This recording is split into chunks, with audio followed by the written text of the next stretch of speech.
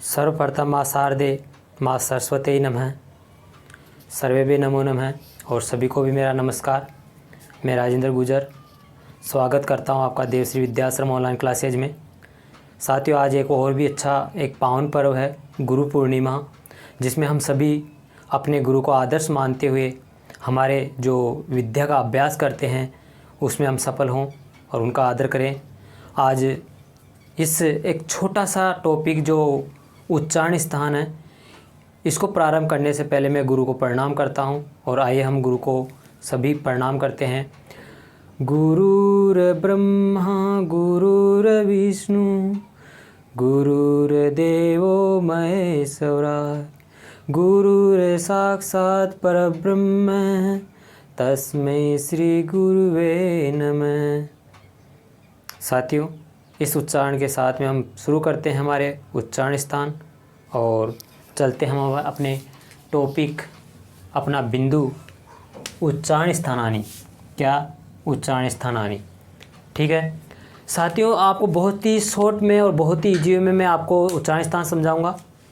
आप कोई सा भी एग्ज़ाम देंगे शिक्षक भर्ती से संबंधित जिसमें संस्कृत आती है, वहाँ उच्चारण स्थान का 1 और 2 3 1 2 3 कम से कम एक, ज़्यादा 2 या 3 क्वेश्चन आप बन ही जाते हैं। तो हम बात कर लेते हैं हमारे उच्चारण स्थानों पे। आपको सूत्र याद करना है। सबसे पहले जो सूत्र मैंने लिखे हैं उन सूत्रों को याद करना है। इन्हीं सूत्रों में पूरे वर्ण यानी कि कैसे लेकर के यानी कि पूरे के पूरे हम कह सकते हैं सीधे से स्वर और व्यंजन, स्वर प्लस व्यंजन दोनों को ही हम उच्चारण स्थानों में पूरे उच्चारण स्थान लिखेंगे, स्वर व्यंजनों को। ठीक है, तो पहला हमारे पास जो सूत्र है, अकु है विसर्जनाम कंठ है। अकु है विसर्जनाम कंठ है मतलब क्या हो गया? ए का मतलब दोनों ए आएंगे। क्या आएंगे? इसका मतलब हो गया ए कु है विसर्ग और कह सकते हैं कंठे। कंठे का मतलब हो गया कंठे। ठीक है, यहाँ से जो है हमारे वर्ण निकल गए पूरे। क्या वर्ण निकल गए? ए का मतलब कह सकते हैं हम कि दोनों स्वर हैं। क्या है? दोनों स्वर ए और आ दोनों हैं। ठीक है, कु का मतलब क वर्ग पूरा, क ख ग घ और न। और क्या कह रहा है भी है। और क्या कह रहा है? विसर्ग भी है। विसर्ग भी है। ये हमारे एक सूत्र में निकल गया। अकु है विसर्जनाम कंठ में, मतलब अ का मतलब अ दोनों आ जाएंगे, कु का मतलब क वर्ग पूरा आ जाएगा और है का मतलब है और विसर्ग का मतलब विसर्ग। ठीक है, दूसरे सूत्र पे चलते हैं। ईचु यशानाम तालु। क्या आ गया दूसरा? ईचु यशानाम तालु मतलब ई चू ये और श, यहाँ पर यही आ चुके। इनका कहाँ बताया है? इनका तालु बताया है। मतलब दोनों ई आ गए, रस्वी दीर्घ ई आ गया। चू का मतलब च वर्ग आ गया, च छ ज झ और गे आ गया। और क्या करा है? ये स भी आ गया। ये अलग जो भिन्न वर्ग से भिन्न उनको मैं अलग पेन से लिख देता हूँ। यह है अलग था, विसर्ग अलग था। यहाँ पर यह और स आया है। ठीक है, दूसरा अगला क्वेश्चन पढ़ते हैं। ई का मतलब समझा गया? ई का मतलब दोनों ही, चू का मतलब च वर्ग पूरा और यह स आया है। फिर है ऋतु रसना मूर्धा। अगला क्या है? ऋतु रसना मूर्धा मतलब री प्लस टू। इनमें अगर मैं प्लस लगाना चाहूँ तो ये भी कर सकता हूँ कि ये प्लस ये है।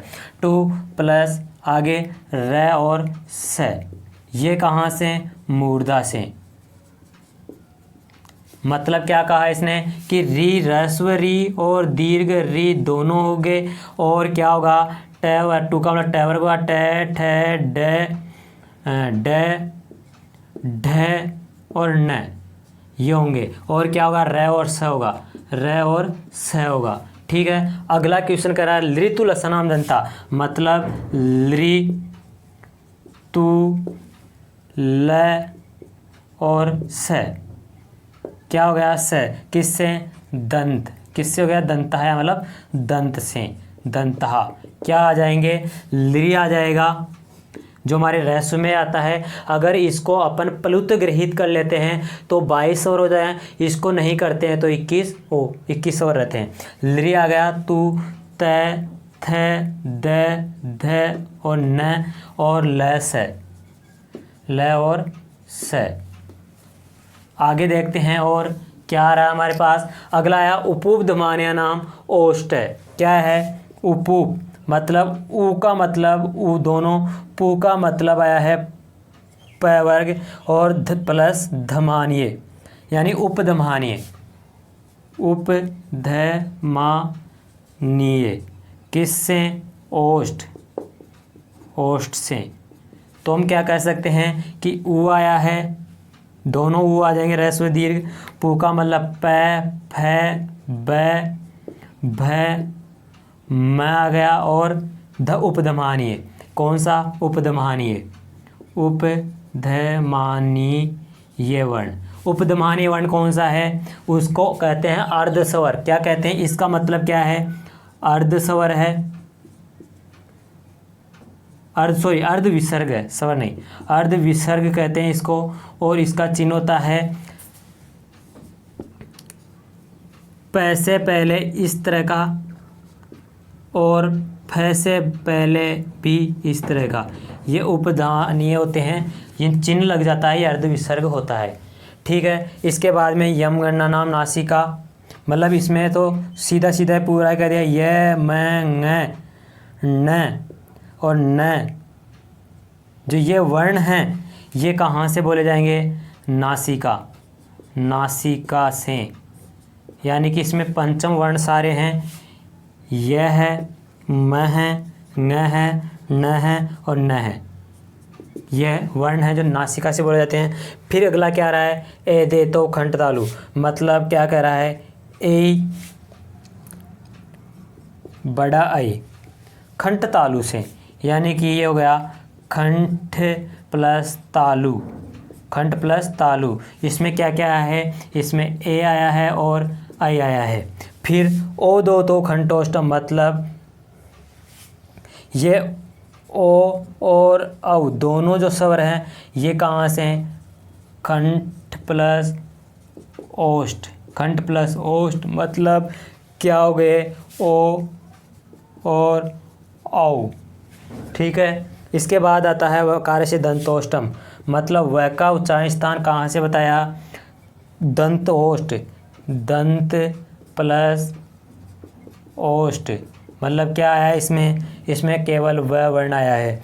इसके बाद जीवा मूल से जीवामूलम, यानी कि इसका मतलब यही है कि जिह्वा मूलीय जो वर्ण हैं वो कहाँ से बोला जाएगा? जीवा से, जिह्वा मूल से।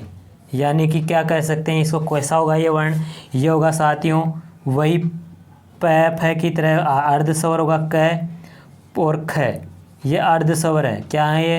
अर्ध, सॉरी फिर से एक बार, विसर्ग है। ये अर्ध स्वर नहीं, अर्ध विसर्ग है। ठीक है। अब आता हमारे पास नासिका अनुस्वार से, मतलब अनुस्वार जो ये है ये कहाँ से है? नासिका, नासिका से कह सकते हैं हम क्या? अनुस्वार। ठीक है। ये थे हमारे बहुत ही जीव में स्वर जिनका उच्चारण स्थान हम करते हैं, स्वर व्यंजन बहुत ही जीव में। अकु है विसर्जन नाम कंठ, ए कु है विसर्ग, ये कहाँ से? कंठ से। ईचु ऐसा नाम तालु, ईचु यस है तालु से, मतलब ई उ ई च वर्ग यस है। ऋतु रसनाम मूर्धा, री टू रस है मूर्धा से। ऋतु रसनाम दंता, री टू लस है दंता, लृ वर्ग तु का मतलब त वर्ग दंत से। उपउपधमानीय ओष्ठे, दोनों उ पु और उपधमानीय वर्ण जो अर्ध विसर्ग है वो ओष्ठ से। यम गणना नाम नासिका चाहिए, यह म गणना पंचम वर्ण पूरे पूरे नाक से। एदे तो खंड तालु ए आई दोनों खंड और तालु दो जगह से बोले जाते हैं। ओदो तो खंडोष्टम ओ औ खंड ओष्ट दो जगह से बोले जाते हैं। वकार से दंतोष्टम वह दंत और ओष्ट से बोला जाता है। जीवा मूल से जीवालम यो अर्ध विसर्ग फिर से हैं। ये कैख होता है जो भी कहाँ से जीवा मूल से बोला जाता है। अनुस्वार है नाक के अनुस्वार होगा नाक से बोला जाएगा। तो आपको बहुत ही जीव में उच्चारण स्थान याद हो गए होंगे। तो इसको विस्तृत से विस्तार पूर्वक से किन वर्णों का दो जगह से उच्चारण स्थान होता है, कहाँ से होता है और कैसे क्वेश्चन बनेंगे, ये सब हम एक विस्तृत वीडियो में पढ़ेंगे। ये सिर्फ याद करवाने के लिए था। अकु है विशेष नाम कंठ है, ईचु नाम तालु, ऋतु नाम मूर्धा, लितु नाम दंता, उपुद्मान्य नाम ओष्ट है, यमगंडा नाम नासिका है, एदेतो खंड तालु, ओदोतो खंडोष्टम और वकार से दंतोष्टम और जीवामूल से जीवामूलम, अनुस्वार नासिका अनुस्वार से। ये सूत्र आपको याद करने ही पड़ेंगे। जब तक जय हिंद, जय भारत, जय तु संस्कृतम, जय तु भारतम।